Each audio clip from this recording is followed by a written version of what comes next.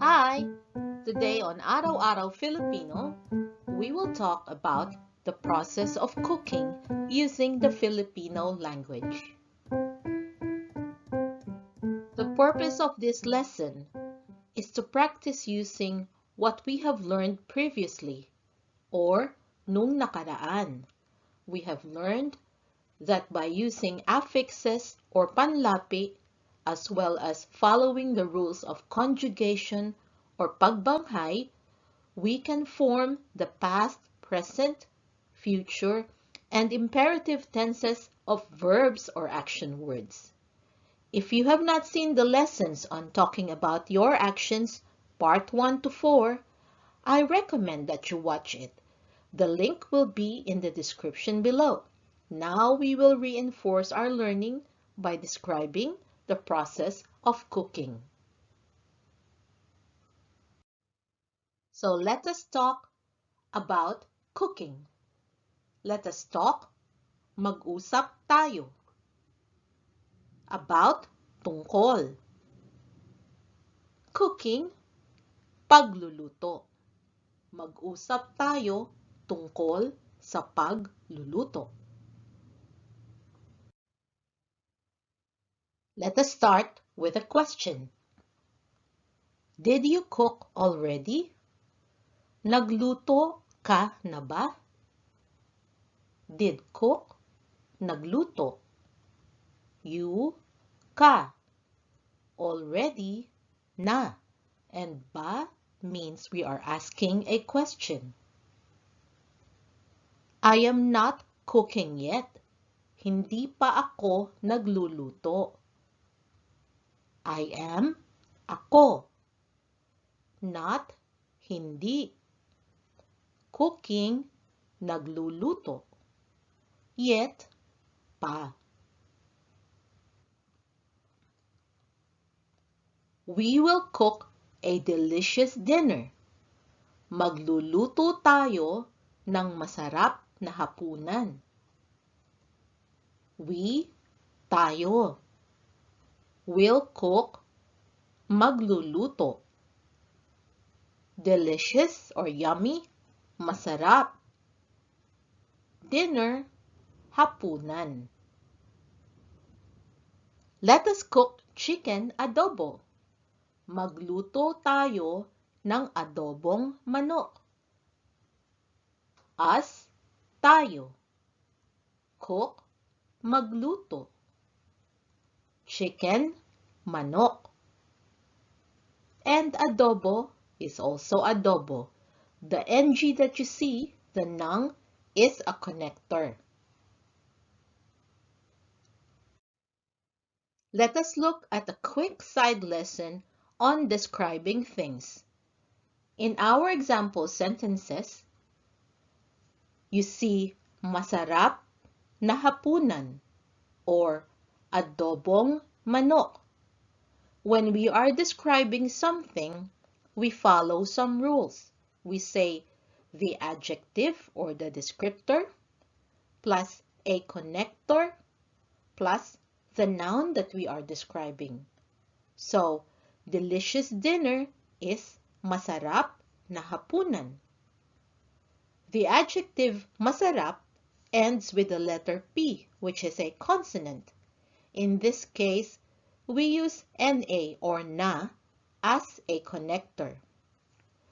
In chicken adobo, which is adobong manok, the adjective adobo means stewed in vinegar. And adobo ends in a vowel, the letter O. In this case, we attach a suffix of ng or nang to the adjective itself. So, adobong manok. We will learn more about adjectives in future lessons. For the marinade, we need, para sa marinade, kailangan natin, for, para. The does not equate to sa, but whenever we want to say for the, we say para sa. We, natin. Need, kailangan. And we used marinade even in the Filipino version because that is what we use in everyday Filipino. So what are the ingredients? Soy sauce, toyo. Vinegar, suka. Sugar, asukal. Bay leaves, dahon ng laurel. Peppercorns, paminta. Although this is a lesson on the Filipino language, and this is not a cooking channel, if you are interested to try the recipe, you will find the portions of the ingredients in the description. Note that this is just one of many versions that Filipinos swear by when cooking chicken adobo. But this one will do just fine for our language lesson.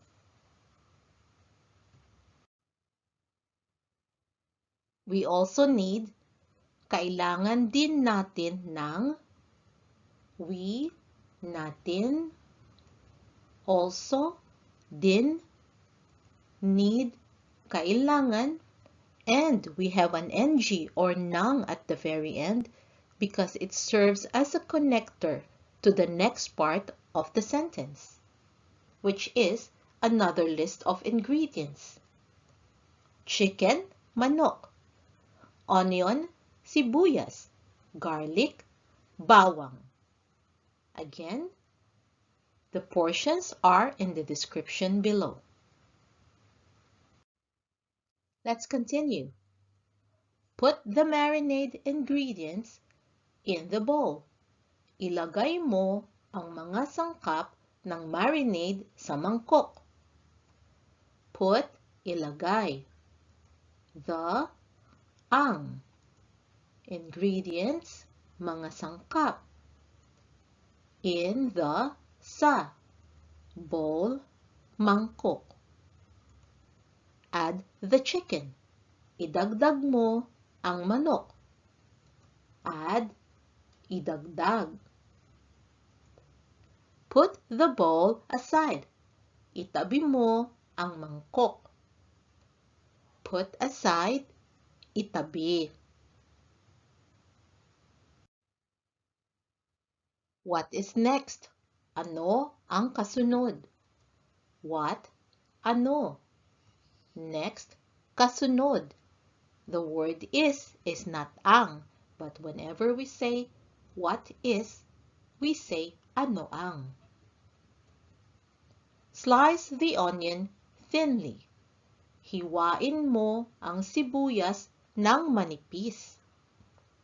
Slice, hiwain. The, ang. Onion, sibuyas. Thinly, ng manipis.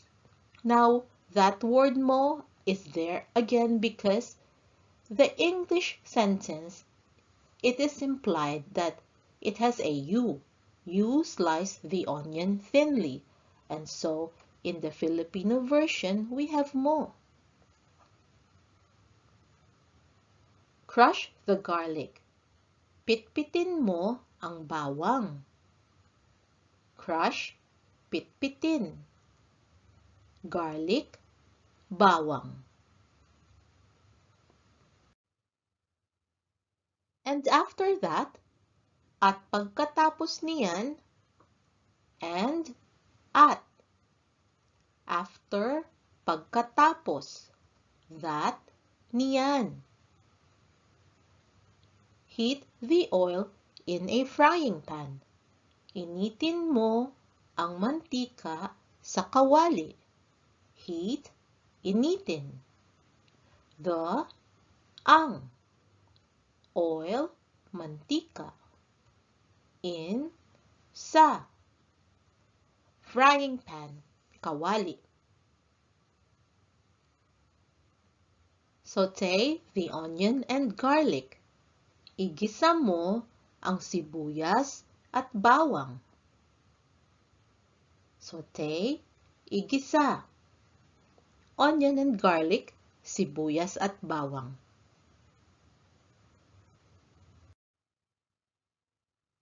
And then, at pagkatapos, and at. Then, pagkatapos. You notice that in the previous sentences, after meant pagkatapos. And now, for then, we also use pagkatapos. When it is brownish already, lift the onion and garlic out. Pag medyo brown na, hanguin mo ang sibuyas at bawang. When, pag. Brownish, medyo brown. Lift out, hanguin. Put it aside. Itabi mo ito. Put aside, itabi. What else is next? Ano pa ang kasunod? What else? Ano pa? Next, kasunod. It is time to fry the chicken. Oras na para iprito ang manok. It is time, oras na. Time is oras. To fry, para iprito. Fry it until it becomes a bit brown. Iprito mo ito hanggang maging brown ng kaunti. Fry, iprito. Until, hanggang. Becomes, maging. Bit is kaunti.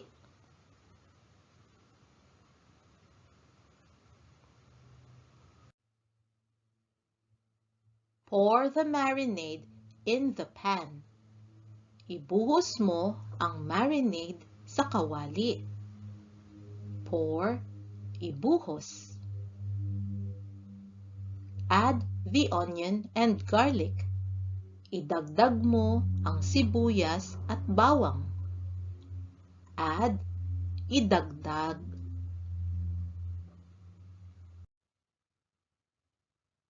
Wait for it to boil. Hintayin mo itong kumulo. Wait, hintayin. It, itong. To boil, kumulo. Then turn the heat down. Tapos, hinaan mo ang apoy. Then, tapos. Remember previously, then was pagkatapos. We can also use the shortcut, tapos. Turn down is hinaan. The Filipino version is not exactly turn down. Hina, the root word, means weak. Hinaan means make it weaker. And heat is apoy. Now, I've highlighted an in yellow in the word hinaan because it is another affix in the Filipino language. We will learn more about this in a future lesson. For now, turn down is hinaan. Cook it for 30 minutes more. Lutuin mo ito ng 30 minutos pa. Cook, lutuin. 30 is 30. Minutes, minutos. More, pa.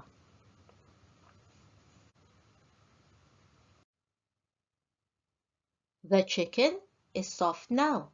Malambot na ang manok. The chicken, ang manok. Soft, malambot. Now is na. Did you notice that we use now and already as na? We can interchange it. Turn the heat off. Patayin mo ang apoy. Turn off, patayin. Heat, apoy. Now that word patayin is actually kill in Filipino. You will find that in Filipino, we use the word kill or patayin to say turn off, shut down, switch off. The other word here, heat, apoy. Heat is actually init when it comes to temperature. However, when we are talking about cooking, we use apoy, but apoy is fire. Serve the adobo with cooked rice. Ihain mo ang adobo kasama ang kanin. Serve, ihain. With, kasama. Cooked rice, kanin. Rice, the raw version when it is not cooked, is bigas. But when it is cooked rice, we say kanin.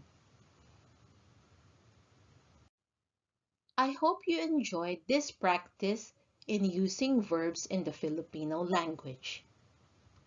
For your homework, try writing down a recipe that you know using the Filipino language and practice saying the recipe in Filipino as you cook it.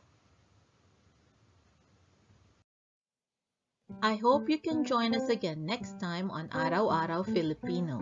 Thank you. Salamat po. Now, a few words from my son, Max. Thought this video was cool? Watch the next one and like and subscribe to the channel too if you haven't yet. Bye-bye. Bye!